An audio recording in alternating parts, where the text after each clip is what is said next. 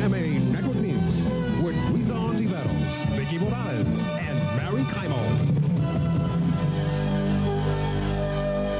Good evening and welcome to the Network News. In tonight's top story, the 4th Asia-Pacific Economic Cooperation Summit ended today with a declaration that gave business a human face. There was a commitment from the leaders of the APEC's 18 economies to pursue open and liberalized trade, but with special attention given to environmental and social concerns. GMA's Grace de la Peña reports. President Ramos could have been talking to the APEC critics. The first item on the 4-page leaders' declaration was their reaffirmation that APEC's goal is not just to benefit a few, but to improve the conditions of all their citizens in the long term. As host, President Ramos read the statement in behalf of the other APEC leaders.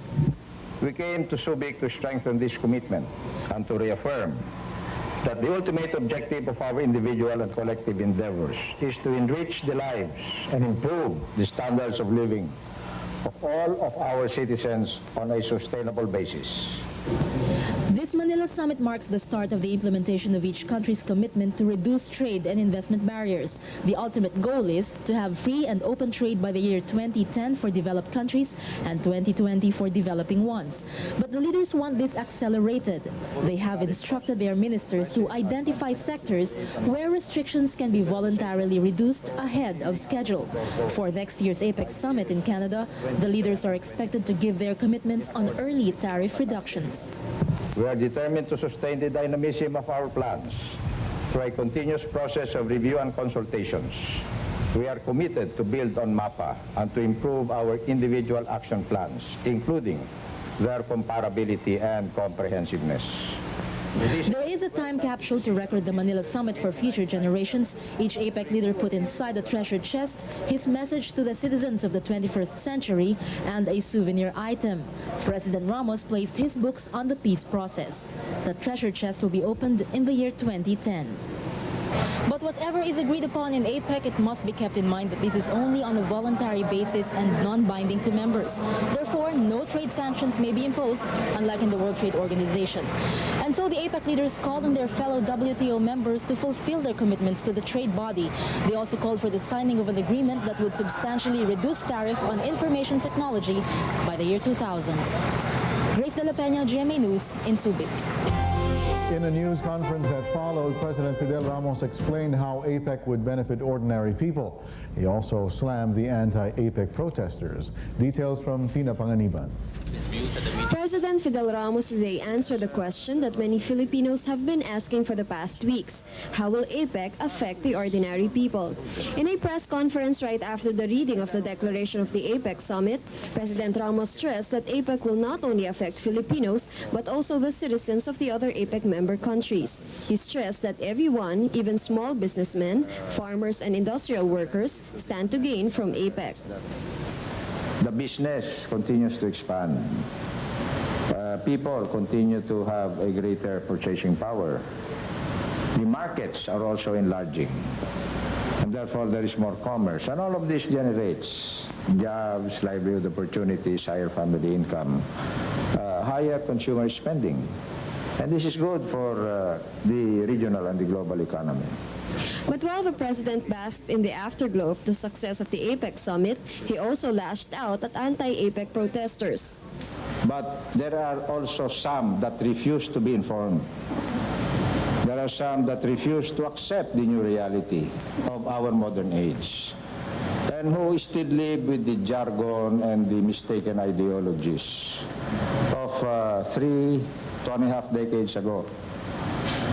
And so we will try our best to bring them around towards a better understanding of what is regionalism, what is globalism, what is open and free trade. Because the president stressed that police and security personnel have exercised maximum tolerance for the protesters, and several cabinet members have even tried to maintain contact with them.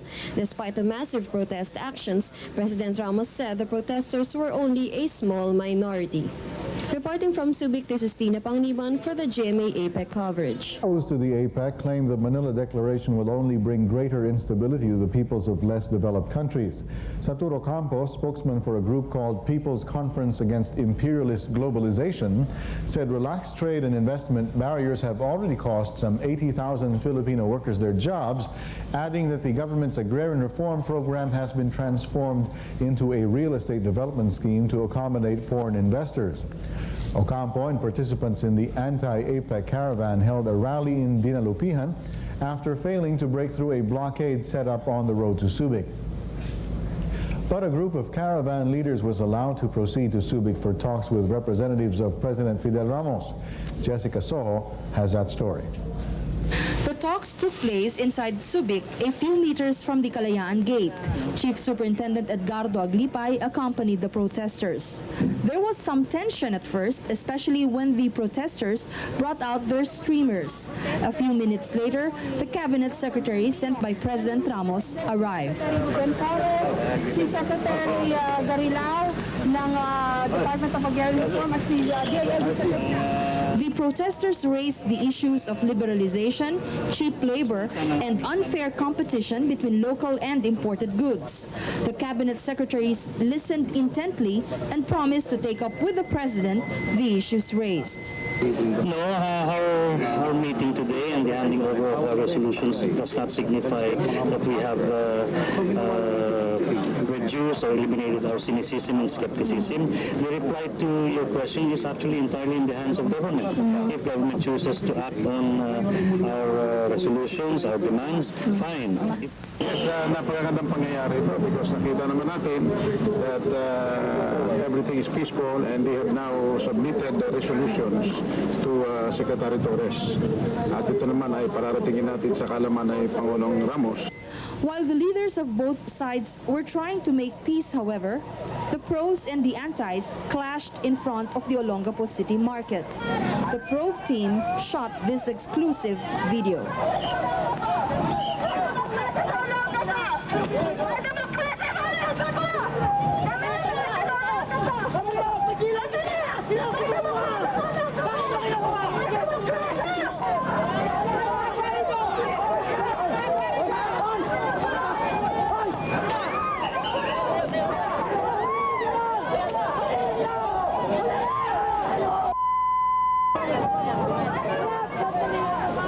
For the GMA APEC coverage, this is Jessica Soho.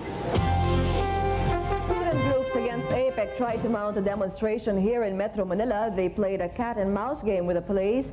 Jimmy Hill has the rest of that story. In the end, it was prudence, or maybe the fear of being beaten up by truncheon-wielding crowd control elements of the PNP and the armed forces that a group of around 300 finally abandoned plans to demonstrate in front of the U.S. Embassy in Ross Boulevard. The crowd started gathering in front of the Far Eastern University shortly after lunch and before 2 o'clock pushed for Plaza Miranda. But while on their way, the League of Filipino Students, with a sprinkling of Kilusang Mayo Uno and Gabriela members, left their anti-APEC message on sidewalks and plastered the median island along CM Recto with similar sentiments. In Plaza Miranda, it was a repeat of the usual isms: imperialism, feudalism, and the new anti-establishment magic word, globalization. It was here in Plaza Miranda that the rallyists first tried to make a go for the U.S. Embassy, with a splinter group moving towards Carriedo and eventually Rizal Avenue, where they were blocked by a contingent of PNP and AFP crowd control elements. Ang aming protesta. Kaya ngayon, kahit na hindi pa man nagsisimula ang aming pagkilos, ay nagbabanta na ang sabotahe, sisikapin namin at pipilitin namin na lusutan ang anumang mga balakid ng gobyernong Ramos. Itutuloy namin ang protesta anuman ang harang na gawin nila sa amin. Again, another attempt was made to march to the U.S. Embassy, this time through escolta from Plaza Lacson. But again, the police successfully prevented the crowd from moving towards Liwasang Bonifacio. The rallies, this time less than 200, went deep into Chinatown via Binondo, but was again turned back. And finally, as dark was starting to set in, the demonstrators decided to call it a day, but with a promise of a bigger demo tomorrow. I'm Jimmy Hill for GMA News. Chinese President Jiang Zemin will be staying in the Philippines a little while longer. Jiang, who became China's president in 1993, begins his 3-day state visit to the Philippines tomorrow. He and President Ramos will talk about matters of common interest, like increased trade. Observers say other concerns, like the Spratlys and Filipino workers in Hong Kong, may also be discussed. Hong Kong's Finance Minister Donald Chang has requested that Hong Kong passport holders be allowed a visa-free 21-day stay in the Philippines. The request was made during a meeting with President Ramos, who said the request will be reviewed. Chang talked to newspersons after his meeting with Mr. Ramos, and he said Hong Kong expects to remain autonomous after its turnover to China in July next year. That would mean China will be a country with 2 systems of governance. Coming up on the network news, the grim task of pulling bodies from the wreckage of the Comoros plane crash.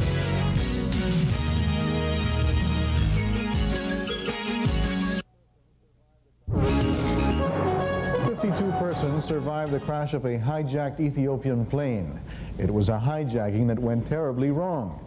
The hijackers forced the pilot to fly to Australia even when they were told there was not enough fuel to do it. And so the inevitable happened. The plane ran out of fuel and came down near the Comoros Islands. At least 123 people, including one of the hijackers, were killed. Survivors swam to the surface and were taken to the French island of Réunion in the Indian Ocean. Among the survivors were the 2 other suspects who were promptly taken into custody. Has been described as one of the most powerful economic blocs in the world because it accounts for almost 75% of world trade, and it's home to 40% of the world's population. On its 4th summit in Manila, APEC is looking to do something more. I put together this 2-minuter for those of us who still don't know what APEC is all about. Alam niyo kung ano yung ibig sabihin ng APEC? APEC? Ano ka? Petroleum yan, alam ko eh. Exporting countries. Association of Petroleum Exporting Countries. Nakikita ko lang sa mga advertisement yung APEC, pero nalimutan ko ang meaning nun eh. Para sa mga ano yung naano ko sa TV.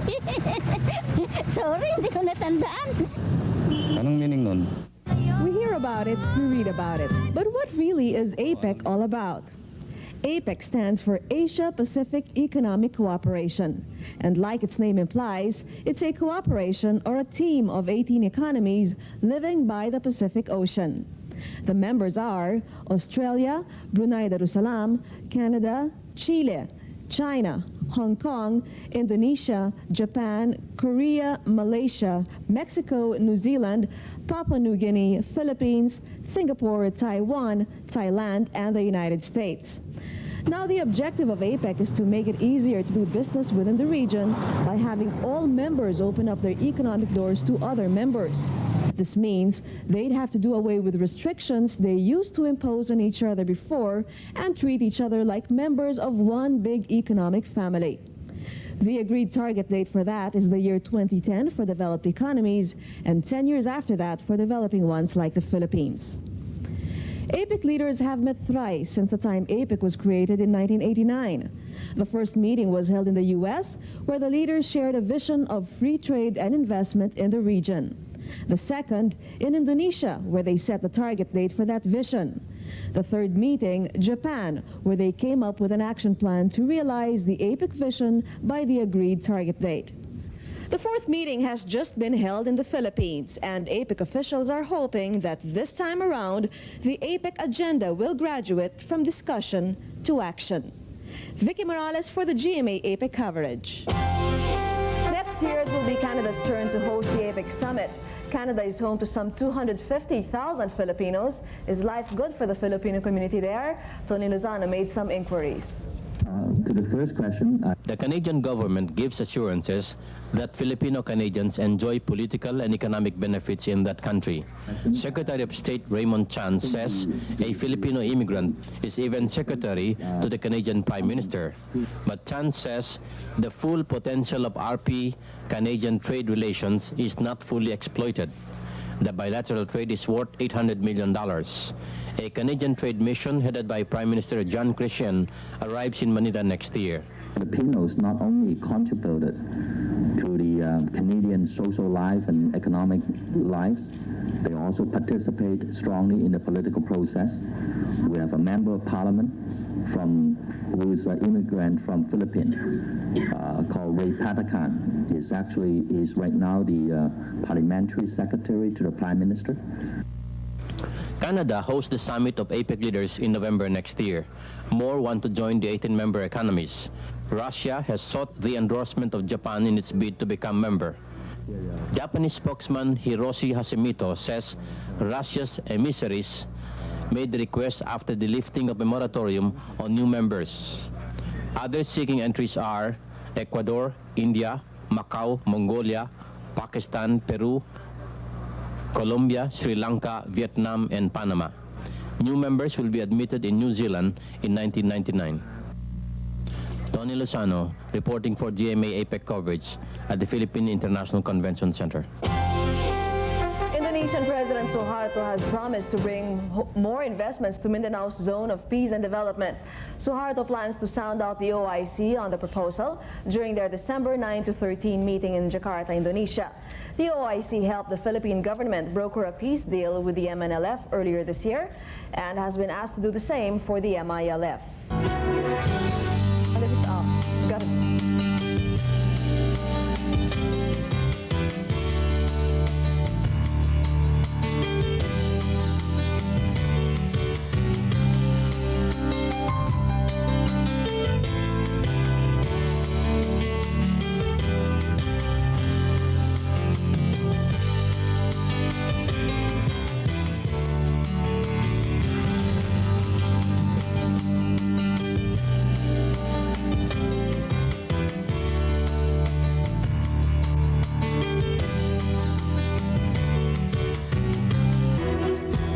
When the network news returns, South Africa's victory in the Golf World Cup.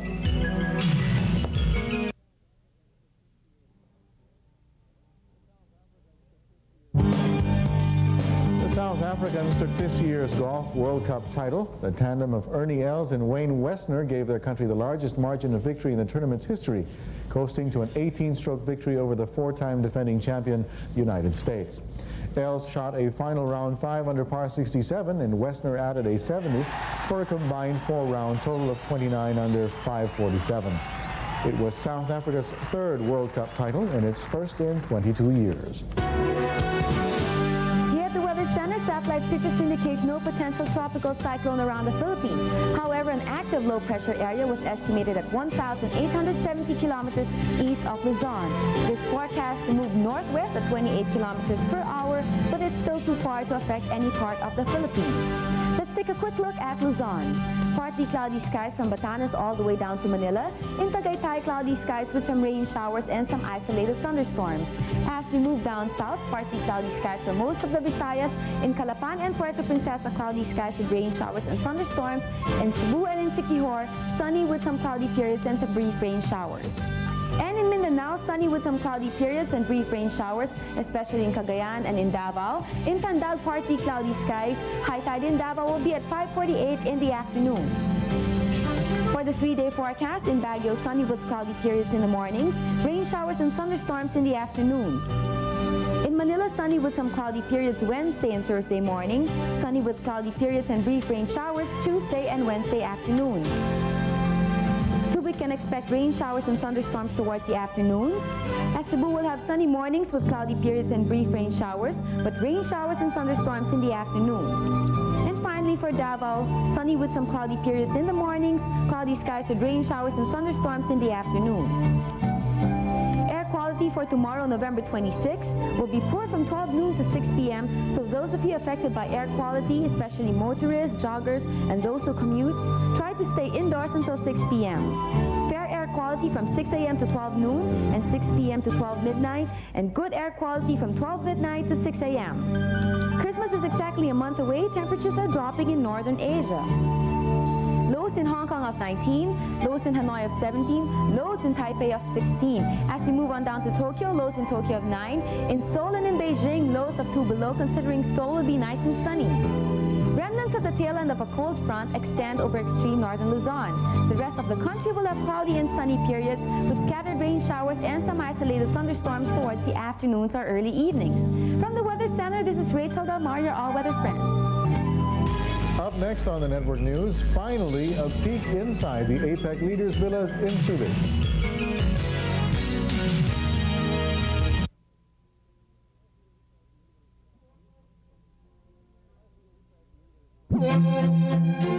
As the APEC leaders talked business, their respective spouses were engaged in less serious activities.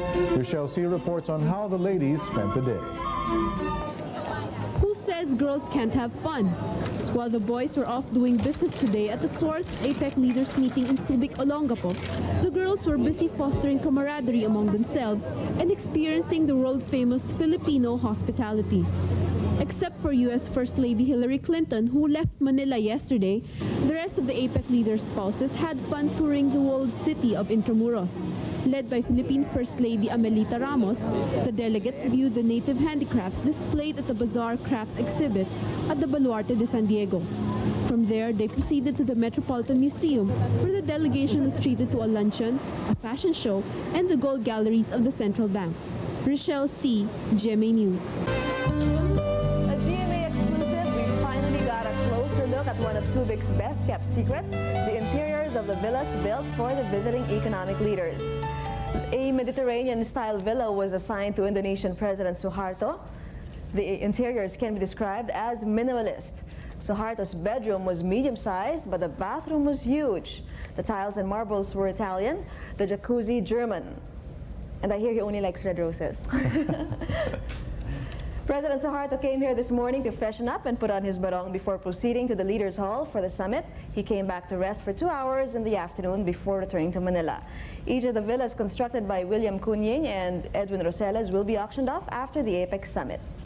Coming up on GMA is Firing Line. Veteran journalist Eddie Benigno is in our Makati studio, while Ms. Solita Monsot is at Subic. Discussions will focus on the just concluded APEC summit. And that's it for us this evening. On behalf of the GMA Network News team, thank you for watching. We'll see you tomorrow night. Good night.